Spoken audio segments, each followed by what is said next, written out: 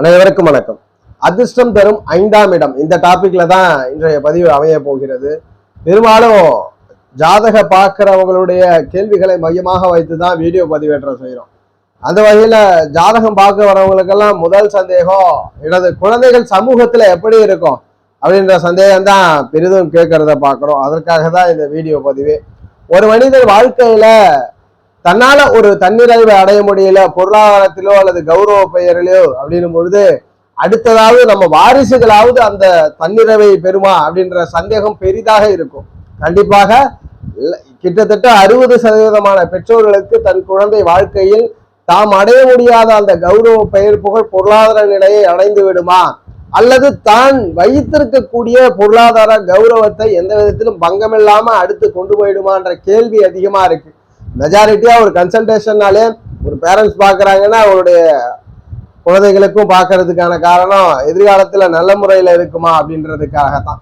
So அப்ப இந்த 5ஆம் இடம் தான் ஒரு ஜாதகருடைய குழந்தைகளை குறிக்கிறது. அந்த குழந்தைகள் சமூகத்துல எப்படி இருப்பாங்க, இவருக்கு வரக்கூடிய குழந்தைகள் சமூகத்துல கௌரவ பெயர் புகழோட ஜாதகருக்கு ஆதாயம் பண்ணி கொடுப்பாங்களா, இல்ல ஜாதகருக்கு அவப்பெயர் பண்ணி தருவாங்களான்றத இந்த 5ஆம் இடம் கொடுக்குது. அதனாலதான் அதிர்ஷ்டம் தரும் 5ஆம் இடம். சரி, இதோட மட்டும்தான் 5ஆம் இடம் தருதா, அதிர்ஷ்டம் தருதான்னா குழந்தைகளும் தாண்டி ஒரு விஷயம் தருகிறது.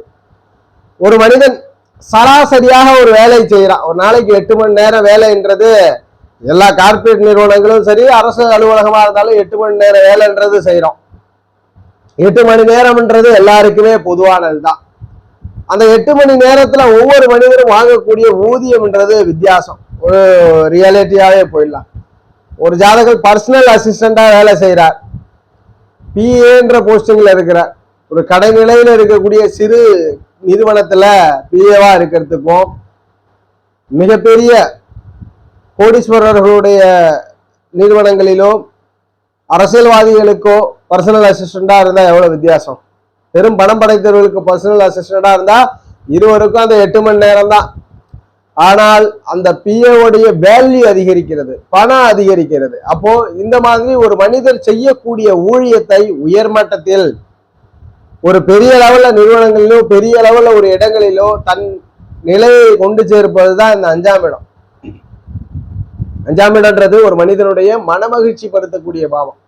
அப்ப அவருடைய வாழ்க்கை தரத்தை அடுத்த கட்டத்திற்கு மேல் தளத்திற்கு கொண்டு செல்றது இந்த 5ஆம் இடம். 5ஆம் இடம் நல்லா இருந்தா தான் ஒரு மனிதருக்கு கிடைக்கக்கூடிய வேலையும் சரி, கிடைக்கக்கூடிய அங்கீகாரமும் உயர்மட்டத்தில் இருக்கும் அப்படின்றத உறுதிப்படுத்துறோம்.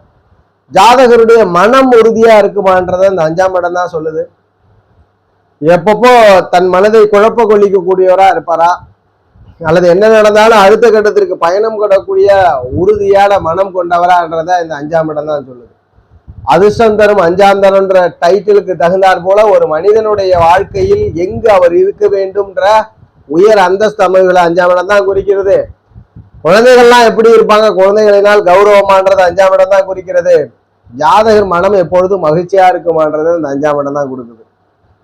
அப்போ ஜாதகத்துல 5ஆம் இடம் ரொம்ப முக்கியமான பாவம் ஆயிடுச்சு. அப்ப நாம சொன்ன இந்த குழந்தைகளாகட்டும், ஜாதகருடைய மனமாகட்டும், வாழ்க்கையில் கிடைக்கக்கூடிய பொருட்கள், வேலை எது கிடைச்சாலும் அதுல ஒரு நல்ல ஒரு முன்னேற்றம், அதுல ஒரு மேல் தட்டத்தில் இருக்கக்கூடியதை இந்த 5ஆம் இடம் உறுதிப்படுத்துகிறதுன்னு பார்த்துட்டோம்.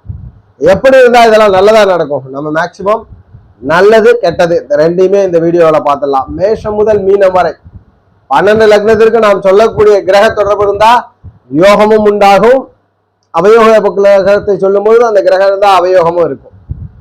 நியூட்ரலா நம்ம விட்டுறோம். நியூட்ரல் என்பது ஒரு பகை கிரகம் அங்க அமர்ந்திருந்தா கூட அந்த வீட்டு அதிபதி வலுப்பது, அல்லது 2-3 கிரகங்கள் ஒன்று சேருவது, நாம் சொல்லக்கூடிய கிரகங்கள் இல்லாமல் வேறு கிரகங்கள் தான், அதெல்லாம் நியூட்ரலா எடுத்துக்கணும். 5ஆம் இடம் சமபங்கு அளவில் இருக்குன்னு எடுத்துக்கணும்.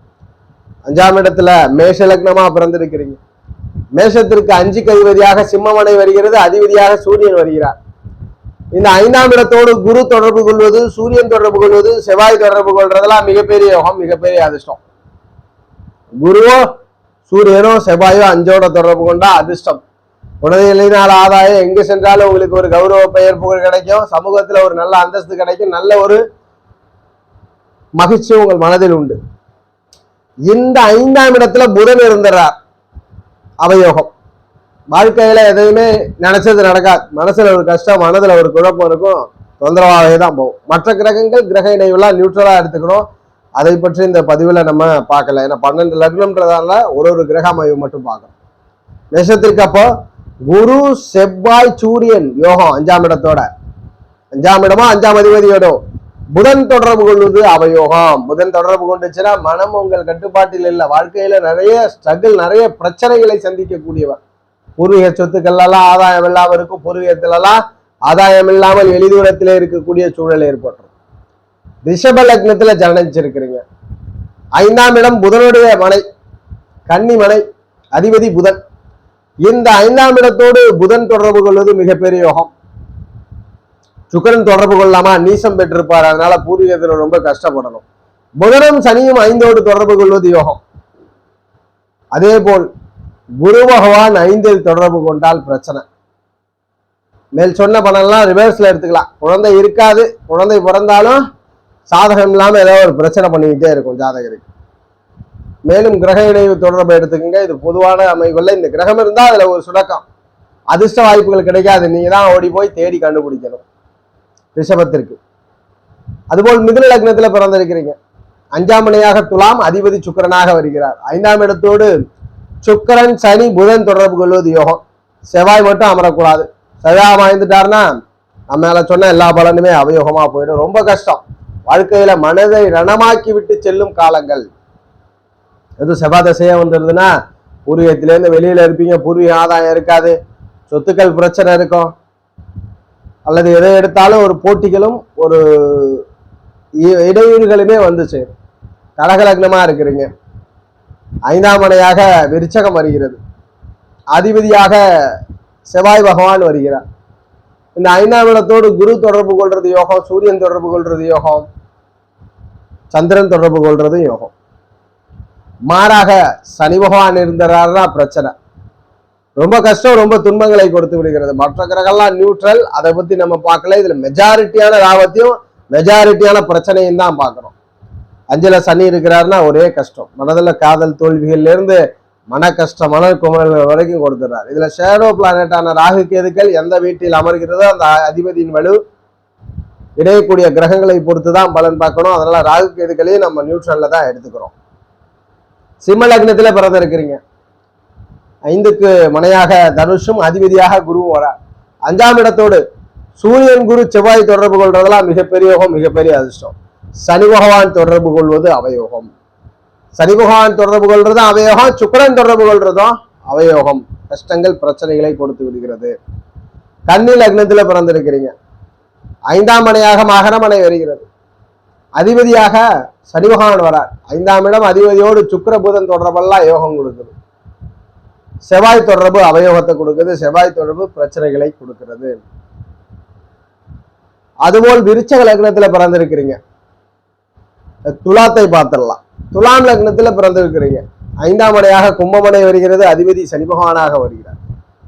இதுல 5ஆம் இடத்தோடு சுக்கிர புதன் யோகம் செய்கிறது.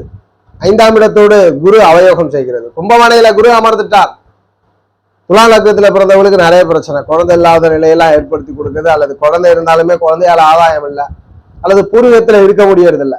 ஏதோ ஒரு மனதுல ஒரு சங்கடத்தையும் ஒரு மனதுல ஒரு பிரச்சனையும் கொடுக்குறது. விருச்சகத்துல பிறந்திருக்கிறீங்க. 5ஆம் மனையாக மீனம் வருகிறது. அதிபதி குரு வருகிறார். 5ஆம் மனையோடு குரு தொடர்பு கொள்றது, சூரிய சந்திரன் தொடர்பு கொள்றதுலாம் யோகம். ஆனா 5ஆம் இடத்தோடு புதன் தொடர்பு கொண்டா அவயோகம். நீசம் பெறுவார். நீசம் பெற்று அங்க வலுப்பெற்றால் என்றால் மிகப்பெரிய கஷ்டம். 5ஆம் இடத்துல நீசம் பெற்றிருந்தாலே கொஞ்சம் கஷ்டம் பண்ணார். ஆனா நீசபங்க யோகத்துல இருந்துட்டாருன்னா வாழ்க்கையில நிறைய கஷ்டங்களை, மன ரீதியாக துன்பத்தை கொடுக்கிறார் அப்படின்றத உறுதிப்படுத்தும். மகர லக்னத்துல ஜனனிச்சிருக்கிறீங்க.